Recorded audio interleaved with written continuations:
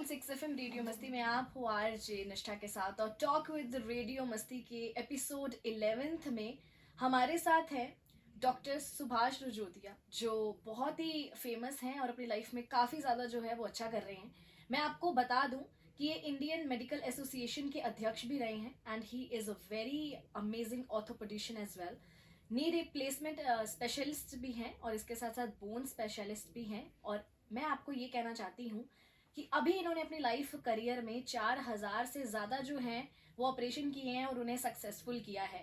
सबसे पहले सर, मैं आपको इस चीज़ के लिए कॉन्ग्रेचुलेशन बोलना चाहती हूँ और रेडियो मस्ती के टॉक विद रेडियो मस्ती के शो में मेरे साथ आपका स्वागत करना चाहती हूँ। धन्यवाद सर, जैसे कि हम आज नी रिप्लेसमेंट के बारे में, इनफैक्ट हेल्थ के बारे में बात करेंगे, तो सबसे पहले मैं आपसे ये क्वेश्चन पूछना चाहती हूँ कि नीज हमारी लाइफ में क्या इंपॉर्टेंट रोल जो है वो प्ले करते हैं, लेकिन आजकल के टाइम में किस तरीके से नीज में दिक्कत आ रही है?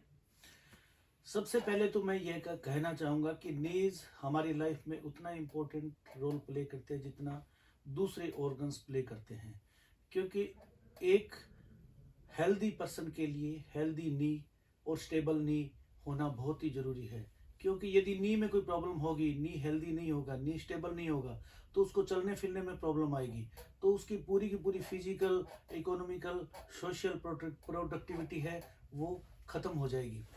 तो मैं सोचता हूँ कि नी ज्वाइंट उतना इम्पोर्टेंट है जितने शरीर के अन्य अंग इम्पोर्टेंट हैं। जी, आजकल जो नी के अंदर ज़्यादातर प्रॉब्लम्स आ रही है, उसका सबसे बड़ा कारण लोगों की फिजिकल एक्टिविटी कम होना है। आज के ज़माने में हर एक इंसान की, बच्चे से लेकर बुजुर्ग तक की, सबकी फिजिकल एक्टिविटी कम होती जा रही है, जिसकी वजह से बोन क्वालिटी, मसल क्वालिटी, हर जो बोन की जो सिस्टम है वो गड़बड़ा रहा है। दूसरा, आजकल जो अपना खान पान है वो काफ़ी प्रदूषित हो गया है। ना कोई हेल्दी खाता है, ना कोई calcium rich diet, protein rich diet लेता है, सब अपनी टेस्ट के लिए खाते हैं। तो आजकल जो जंक फूड, जो करीब करीब, मैं ये नहीं कहूँगा कि बच्चे खाते हैं, आजकल बड़े भी खा रहे हैं, ये जंक फूड है। इसकी वजह से लोगों के वेट बढ़ रहे हैं, शरीर के अंदर क्वालिटी प्रोटीन की कमी होती जा रही है, कैल्शियम की कमी होती जा रही है। इसलिए जो नी है या जो अन्य जोड़ है, उनकी प्रॉब्लम्स बढ़ती जा रही हैं। जी सर, आपने ये बहुत ही अमेजिंग सा मैसेज हम सभी को दिया है। और इसी कंटेक्स्ट पे मैं आपसे दूसरा सवाल ये करना चाहती हूँ कि जैसे आपने ये बोला कि आजकल के जो बच्चे हैं या फिर बड़े हैं वो जंक फूड की तरफ ज़्यादा जा रहे हैं। और अगर हम पहले ज़माने की बात करें तो पहले ये सुनने को मिलता था कि पहले के ज़माने के लोगों में इतनी पावर थी कि वो किसी भी चीज़ को आराम से उठा लेते थे। लेकिन अगर मैं आज की बात करूँ तो आजकल अगर 30-40 की उम्र का इंसान भी मतलब बहुत जल्दी हार मान जाता है। तो मैं आपसे ये पूछना चाहती हूँ कि हम हमारी बोन्स को किस तरीके से जो है वो स्ट्रॉन्ग रख सकते हैं, और डाइट कैसे एक इम्पॉर्टेंट रोल प्ले करती है हमारी लाइफ में? बोन्स को स्ट्रोंग रखने के लिए सबसे पहले तो फिजिकल एक्टिविटी करना बहुत ज़रूरी है। हर आदमी को 45 से 50 मिनट पर डे एक्सरसाइज करनी चाहिए, जॉगिंग करनी चाहिए। जरूरी नहीं है कि वो कोई हैवी एक्सरसाइज करे, routine jogging, walking, simple exercises भी आदमी को और उसके जोड़ों को स्वस्थ रखने में काफ़ी बड़ा रोल प्ले करती हैं।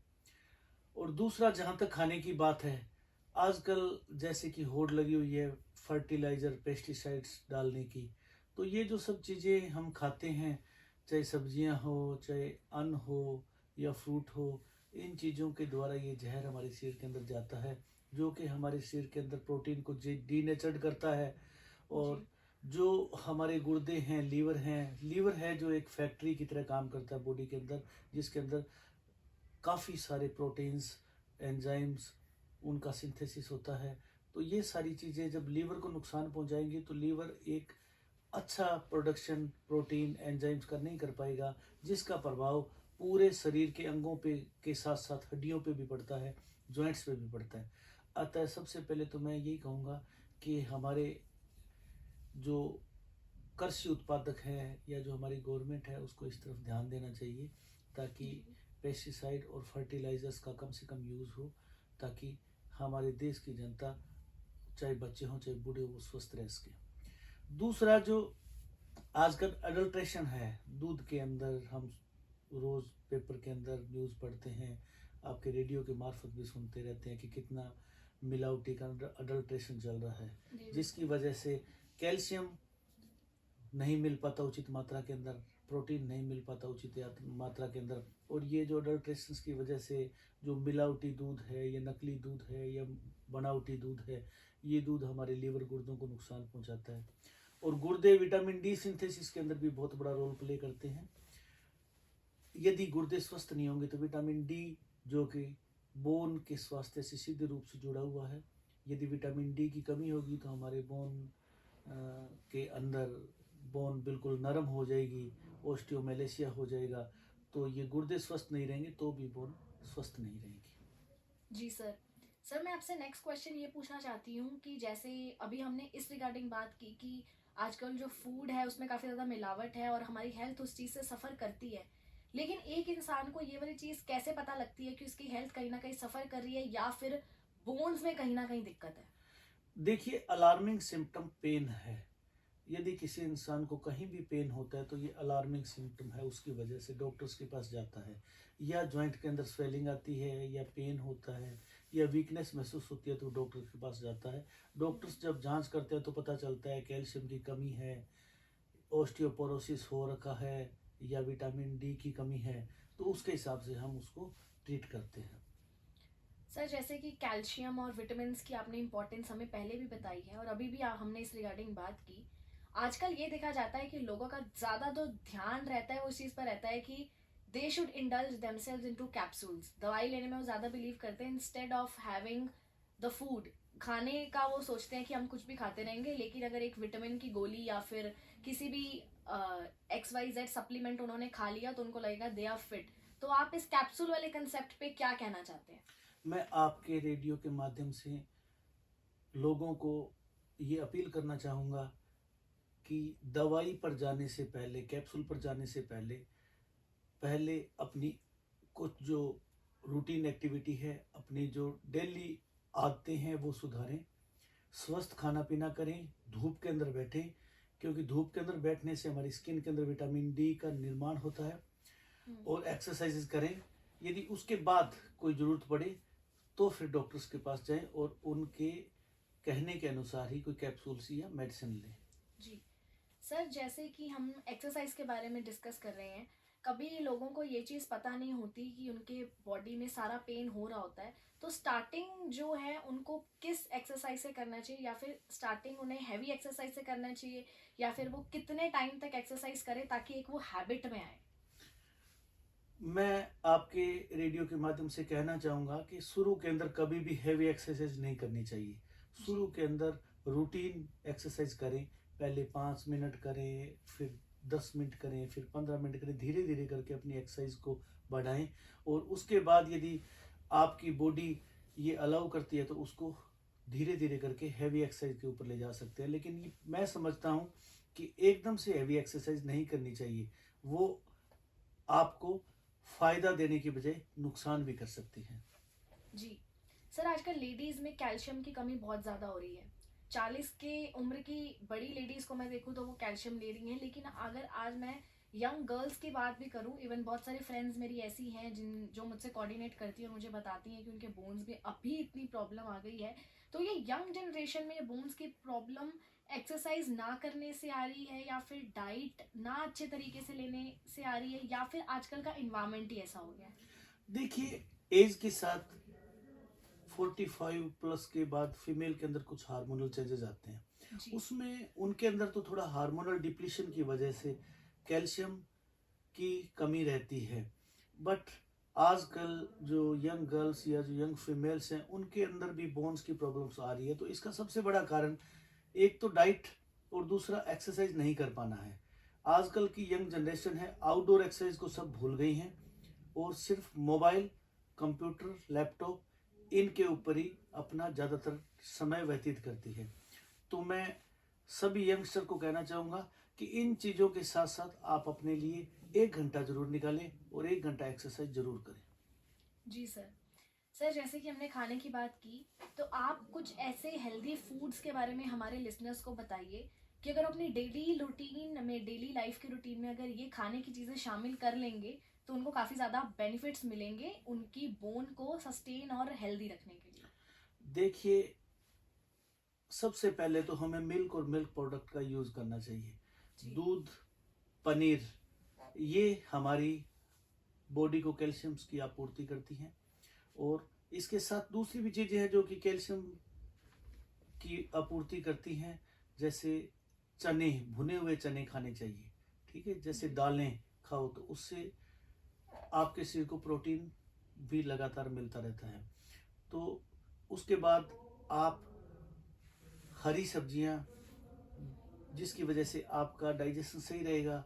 आपको सलाद, फ्रूट वगैरह भी लेना चाहिए, जिससे सभी तरह के मिनरल्स की बॉडी के अंदर पूर्ति हो जाती है। जी सर, ये बहुत ही अमेजिंग मैसेज है एंड आई होप हमारे लिसनर्स जो हैं इस पर काम करेंगे और अपनी डाइट को हेल्दी रखेंगे। अब मैं सर उस कंसेप्ट पर आती हूँ जिसके आप स्पेशलिस्ट हैं, जैसे कि नी रिप्लेसमेंट आपने 4,000 से ज़्यादा किए हैं, जैसे मैंने अभी पीछे भी मेंशन किया था। तो आजकल ये नी रिप्लेसमेंट वाला कंसेप्ट बहुत ज़्यादा चला हुआ है, तो इस रिगार्डिंग आप थोड़ा सा बताइए, ब्रीफ कीजिए कि नी रिप्लेसमेंट एग्जैक्टली होता क्या है। नी रिप्लेसमेंट के अंदर हम स्पेसिफिकली तो नी की रीसर्फेसिंग करते हैं। जो बोन्स का पार्ट्स जो कि खराब हो गए हैं, उसको हम वहाँ से हटा के उसके ऊपर इम्प्लांट लगा देते हैं। और जो अलाइनमेंट नी की बिगड़ जाती है, जिसकी वजह से आदमी का चलना फिरना दुर्बल होता है, या जैसे टांगे बाहर की तरफ मुड़ जाती हैं या अंदर की तरफ मुड़ जाती हैं, जिसकी वजह से आदमी को पेन होता है, बैलेंस नहीं बना पाता, उसकी रीअलाइनमेंट कर देते हैं। जी तो ये एक बहुत ही अच्छा ऑपरेशन है, और यदि जरूरतमंद आदमी को किया जाए तो उसको काफ़ी रिलीफ मिलता है। सर, ये चीज़ कैसे पता लगती है कि इस पर्टिकुलर इंसान को नी रिप्लेसमेंट की ज़रूरत है भी या नहीं है? क्योंकि कई लोगों को मैंने देखा है कि आफ्टर नी रिप्लेसमेंट भी वो कुछ टाइम तक यही कहते रहते हैं कि उनको अभी भी दर्द हो रहा है। देखिए, नी रिप्लेसमेंट के लिए एक पेशेंट्स का एग्जामिनेशंस करना होता है। फर्स्ट तो पेशेंट्स की कंप्लेन ये हो कि वो डे टू डे एक्टिविटी अपनी ढंग से नहीं कर पाता हो। जी। यदि डे टू डे एक्टिविटी नहीं कर पाता हो, पेन से परेशान रहता हो, अलाइनमेंट अच्छी नहीं हो, नी स्टेबल नहीं हो, हम्म। तो उस वजह से एक एज के बाद यदि पेशेंट आता है तो हम उसका एक्सरे करके देखते हैं। एक्सरे के अंदर हमने क्लासिफाइड किया हुआ है ओस्टियोआर्थराइटिस को, जो कि एज रिलेटेड आर्थराइटिस होती है, वो ज़्यादातर ओस्टियोआर्थराइटिस ही होती है। उसको हमने KL grade 1, KL grade 2, KL grade 3, KL grade 4 के अंदर 4 तक हमने उसको क्लासिफाई कर रखा है। ग्रेड 1 और 2 को एक्सरसाइज और मेडिसिन के द्वारा ठीक किया जा सकता है। वो ग्रेड 3 और ग्रेड 4 को ज़्यादातर ऑपरेट करना पड़ता है। जी सर। और जैसे कि नी रिप्लेसमेंट ऑपरेशंस का सवाल है, ये बहुत ही अच्छी सर्जरी है, और आजकल बिल्कुल चीरे का साइज भी घट गया है, और एक सब वास्टस टेक्निक है जिसके द्वारा हम मांसपेशी को काटते नहीं, मांसपेशी को साइड में करके घुटने का जोड़ बदल देते हैं। तो उससे पेशेंट्स को ब्लड लॉस कम से कम होता है, एक्सरसाइज कम से कम करनी पड़ती है, और अपनी रूटीन एक्टिविटी के अंदर जल्दी से जल्दी पेशेंट आ जाता है। जी। और रही बात नी रिप्लेसमेंट के बाद पेन की, तो मैं समझता हूँ कि कुछ टाइम तक तो सर्जिकल पेन रहता है, महीना 2 महीना, लेकिन वो स्लोली रिड्यूस हो जाता है 2-3 महीने के अंदर। जी सर, अब एक बहुत ही इंपॉर्टेंट क्वेश्चन मैं आपसे ये पूछना चाहती हूँ कि जैसे हमने पहले डाइट के रिगार्डिंग बात की थी कि डाइट अगर इंसान की अच्छी है तो बोन स्ट्रांग रहेंगे, ऊपर से नीज भी हमारे हेल्दी रहेंगे। नी रिप्लेसमेंट के बाद हमें हमारी डाइट हेल्दी रखनी चाहिए, हमें सेम रखनी चाहिए, या फिर हम नॉर्मल खाना भी खा सकते हैं? मतलब थोड़ा एक्स्ट्रा प्रिकॉशन लेने की ज़रूरत है या फिर नहीं? नी रिप्लेसमेंट के बाद वैसे तो कोई एक्स्ट्रा प्रिकॉशंस लेने की कोई ज़रूरत नहीं है, लेकिन फिर भी जो पेशेंट है नी रिप्लेसमेंट के बाद, उनको हेल्दी डाइट ही लेनी चाहिए, ताकि बोन क्वालिटी अच्छी रहेगी, तो जो नी रिप्लेसमेंट किया है उसकी लाइफ लंबी रहेगी। जी सर। सर, क्या ये नी रिप्लेसमेंट है ये सबको करवाना चाहिए या फिर कुछ स्पेसिफिक स्टेज पर ही नी रिप्लेसमेंट हम कर सकते हैं? बिल्कुल, ये सबको नहीं करवाना चाहिए, स्पेसिफिक स्टेज होती है पेशेंट्स की, जैसे कि मैंने ऑलरेडी आपको बताया कि ग्रेड 3 और 4 ओस्टियोआर्थराइटिस के अंदर जी। हम नी रिप्लेसमेंट करते हैं। जी। फर्स्ट और सेकंड स्टेज के अंदर हम एक्सरसाइज और मेडिसिन से ठीक करने की कोशिश करते हैं, और पेशेंट कि जब रूटीन एक्टिविटी, उसकी day to day activity hamper होने लग जाए, उसको पेन किलर लेना पड़े अपनी एक्टिविटी करने के लिए, तो उसको नी रिप्लेसमेंट के बारे में सोचना चाहिए और अपने डॉक्टर से कंसल्ट करना चाहिए। जी सर, एक और बहुत ही मैं इम्पोर्टेंट क्वेश्चन आपसे पूछना चाहती हूँ कि कई कबार मैंने ऐसे केसेस भी देखे हैं जहाँ पर लोगों के एक घुटने में कम दर्द होता है और दूसरे घुटने में ज़्यादा दर्द होता है, तो उस कंटेक्स्ट में नी रिप्लेसमेंट वो दोनों में कराएं या फिर एक में कराएं, ये कंसेप्ट थोड़ा सा क्लियर करें। नहीं, मैं समझता हूँ कि यदि एक घुटने के अंदर ज़्यादा दर्द है तो सबसे पहले एक घुटना ही रिप्लेसमेंट करना चाहिए, क्योंकि कई बार जिस घुटने के अंदर ज़्यादा दर्द है उसको बचाने के लिए जो पेशेंट है वो दूसरे घुटने के ऊपर ज़्यादा वेट देता है, इसलिए भी उसके अंदर दर्द रहने लग जाता है। इसलिए जो घुटना ज़्यादा खराब है, जिसमें ज़्यादा दर्द है, उसी को ही बदलाना चाहिए। यदि दोनों खराब है तो दोनों बदल सकते हैं, लेकिन यदि एक में प्रॉब्लम है तो एक ही बदलाना चाहिए। जी सर, जैसे कि आप एक नी रिप्लेसमेंट स्पेशलिस्ट हैं और आप काफ़ी ज़्यादा जो हैं पेशेंट्स को ट्रीट करते हैं, तो मैं आपसे ये पूछना चाहती हूँ कि ऐसा अपना कोई पर्सनल एक्सपीरियंस बताइए जहाँ पर सिचुएशन क्रिटिकल बहुत ज़्यादा थी लेकिन आपने स्टिल सिचुएशन के साथ डील किया, उसे मैनेज किया एंड पेशेंट को मोटिवेट किया। देखिए, बहुत सारे पेशेंट आते हैं जो बेड रिडन होते हैं। जी बेड रिडन होते हैं क्योंकि उनकी डिफॉर्मिटी इतनी ज़्यादा होती है नी के अंदर कि वो चल नहीं पाते, और कई पेशेंट तो 2-2 3-3 साल से बेड पे होते हैं। लेकिन जब रिप्लेसमेंट होता है उसके बाद थोड़ा सा एक्सरसाइज करके उनकी मसल्स पावर आ जाती है, तो उनकी बिल्कुल लाइफ बदल जाती है और जी वो अपने आप अपना सारा काम करते हैं, घूमते फिरते हैं, अपनी रूटीन एक्टिविटी करते हैं। जी सर, मैं आपसे ये पूछना चाहती हूँ कि एज अ ह्यूमन बीइंग हमें कैसे खुद को हेल्दी रखने के लिए मोटिवेट करना चाहिए। मैं सोचता हूँ कि हर आदमी को एक्सरसाइज करनी चाहिए, फिजिकल एक्टिविटी जरूर करनी चाहिए और हेल्दी डाइट के ऊपर ध्यान देना चाहिए। और जो आजकल एक्सीडेंट वगैरह की वजह से भी जैसे लिगामेंट इंजरी हो जाती है, जी। उसकी वजह से डाइट लें, नशे का सेवन नहीं करें जी। और रूटीन एक्सरसाइज करते रहें। जी सर। सर, मेरा लास्ट क्वेश्चन आपसे ये है कि आप रेडियो मस्ती 89.6 एफएम की तरफ से हमारे लिसनर्स को एक क्या लास्ट और फाइनल मैसेज देना चाहते हैं। मैं फाइनल मैसेज यही देना चाहूँगा कि बच्चों को कम से कम मोबाइल यूज़ करने दें। जी वो मोबाइल के ऊपर, लैपटॉप के ऊपर, कंप्यूटर के ऊपर गेम कम से कम खेलें और आउटडोर एक्टिविटी ज़्यादा करें। और यही मैं बड़ों को भी यही संदेश देना चाहूँगा कि अपनी फिजिकल एक्टिविटी को जारी रखें। 24 घंटे में से 1 घंटा अपने शरीर के लिए निकालें, वो 1 घंटा आपको 20 साल एक्स्ट्रा हेल्दी लाइफ देगा। Thank you sir. धन्यवाद। सर ने बहुत ही अमेजिंग सी बातें हमारे साथ की और मुझे बहुत अच्छा लगा कि सर ने अपना प्रेशियस टाइम निकाला, हमारे साथ इतनी सारी बातें की मेरे साथ स्टूडियो में आकर। हम ढेर सारी बातें इनसे आने वाले फ्यूचर में भी करेंगे। And thank you sir once again for your visit and Thanks a lot. Spreading so much of good information. आप हो आरजे निष्ठा के साथ, स्टे ट्यून्ड।